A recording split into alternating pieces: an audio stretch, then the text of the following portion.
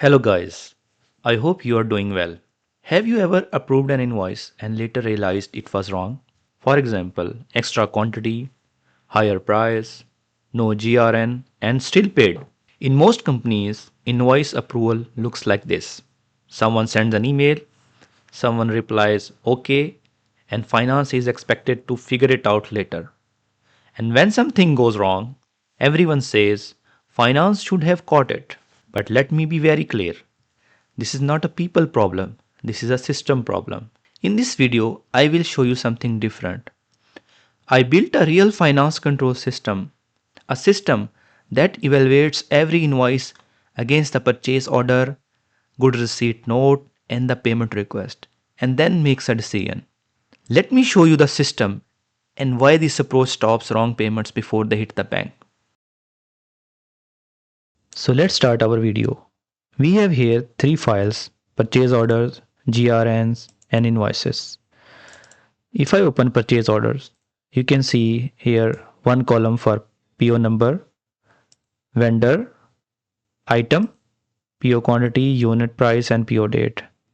And the second file, GRN, it has the information PO number, item, GRN quantity, GRN date, and GRN number. And third file, invoices, it has list of invoices and it has information related to each invoice, which is PO number, vendor, item, invoice number, invoice quantity, and invoice amount. So what we will do, we will open new workbook.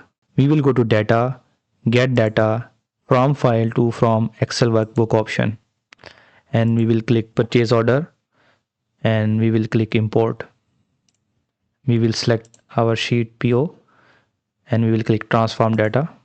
Now we will do some formatting. We will select PO number column, vendor name, item, and we will click transform. From here to format and then trim, and then again we will click clean, and we will also click here uppercase, and we will go again to home, new source, from file to from Excel workbook. We will select GRN, we will click import, and then we will select our sheet GRN and then click OK. We will select PO number column, item, and GRN number.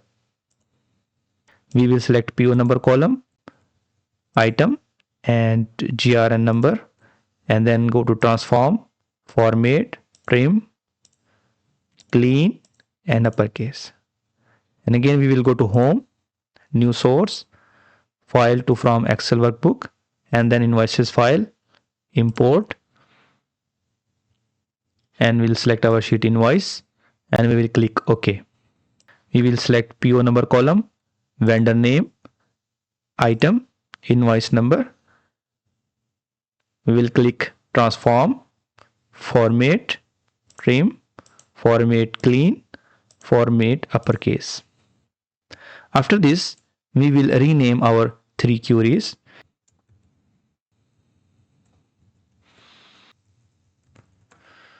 After this, we will go to PO query. We will go to transform. We will go to add column, custom column. After this, we will add column in all of our three queries. The column name will be line key. We will go to add column option, custom column. Column name will be line key. And formula will be PO number and bar and item. So PO number here refers to PO number column and item reference to item column. We will click OK. So here a unique fingerprint for each PO line item has been created. Similarly, we will go to GRN query. We will add column, custom column. Same formula we will add. Name will be line key. We will click OK. Similarly to invoice query, we will add column, line key, and formula will be same. We will click OK. The purpose of creating line key to create a fingerprint for each line item of the purchase order.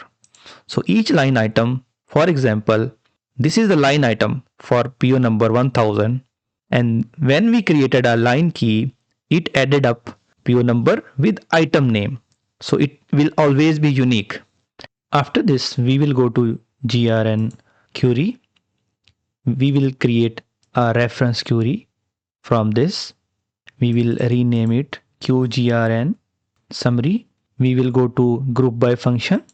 We will select advanced option. We will group by based on line key. We will add a grouping, PO number and item. And then we will aggregate, and the column name will be GRN quantity total. We will perform sum function and it will sum GRN quantity. So what is it doing? It is adding GRN quantities based on line key, PO number and item, and we will click OK. After this, we will make a reference query from our invoice query. We will rename it Q invoice summary. We will go home, group by, advanced option. We will group by based on line key, PO number, vendor and item. And column name will be invoice quantity total. Operation will be sum, and we will add invoice quantities. We will add, column name will be invoice amount total, sum function, and here we will add invoice amount. So this group by function will show us total invoice quantity and total invoice amount based on item, vendor, PO number and line key, and we will click OK. After this, we will create another reference query from invoice query. We will rename it invoice duplicates. We will go to home, group by, advanced option. We will select vendor, add grouping for invoice number. Column name will be invoice count. Operation will be count rows. Column name will be invoice total amount. It will be sum and based on invoice amount. We will click OK. So what is it doing? It is counting invoice number for each vendor. If there will be a duplication of invoice number for a vendor, this number invoice count will be more than 1. Here we will perform filter function. We will select number filter greater than 1. We will click OK. So here you can see there is no duplicate invoice for any vendor. So this report is empty. But if there will be a duplication of invoices, it will show us the invoices which are duplicated. Now we will go to purchase order query. We will add another column. Column name will be PO amount and formula will be PO quantity multiplied with PO unit price. We will click OK, and here PO amount is calculated. Now we will go to home. We will go to merge query option. We will click merge queries.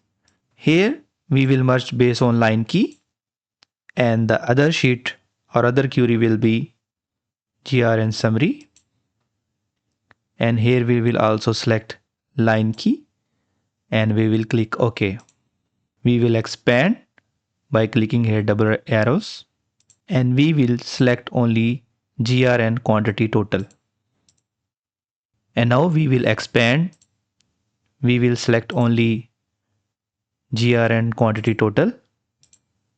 We will click OK. Now again we will use merge queries. The second sheet will be invoice summaries. We will select line key and we will click OK. We will expand and we will select only invoice quantity total and invoice amount and click OK.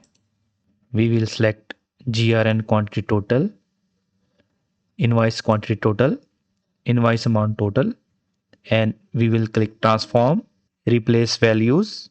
We will click replace values, and here we will write null and replace it with 0. So if any value which will be null, it will be replaced with 0. We will click OK. Now a very important step is to create flags which will be based on logics. So what we will do, we will go to our main PO query. We will add a column. Column name will be billed before received, and formula will be total invoice quantity greater than GRN quantity total. What does it mean? It shows that invoice has been received before GRN is created. So we will click OK. We will add another column.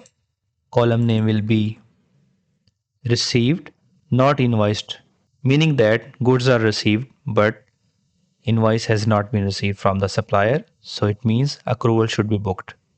And the formula will be GRN quantity greater than 0 and invoice quantity 0, meaning that invoice quantity is 0 but GRN quantity is not 0.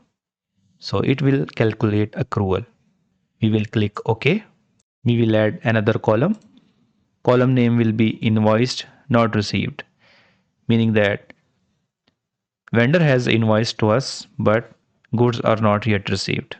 And formula will be invoice quantity greater than 0 and GRN quantity is 0, meaning GRN is not created but invoice has a quantity greater than 0. So we will click OK. We will add another column. Column name will be over PO amount and formula will be invoice amount greater than PO amount. So it means invoices total is exceeding the total PO amount. We will add another column again. Column name will be over PO quantity and formula will be invoice quantity total greater than PO quantity. We will click OK. So now we have created all the flags which will identify mismatches and identify discrepancies between invoices, GRNs, and purchase orders. Now we will calculate value impact of discrepancies. We will add another column. Column name will be overbilling amount and formula will be maximum of 0 and difference between total invoice amount and PO amount. So it will show how much vendor has overbilled us. We will click OK. You can see that overbilling amount is calculated. Now we will add another column.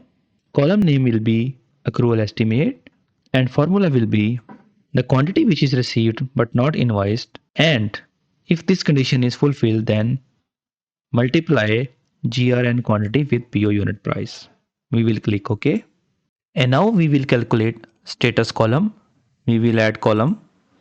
Column name will be status and formula will be this. If over PO amount or over PO quantity or billed before received, if any of these three conditions is fulfilled, then block. Else if received not invoiced or invoice not received, if any of these two conditions fulfilled, then review, else OK. We will click OK. So status of each PO line item is calculated. And now we will move to a very advanced function to actually write the reason of blocking the status. So we will add another column. Column name will be exception reason and formula will be this. So it will actually write what is the reason for blocking.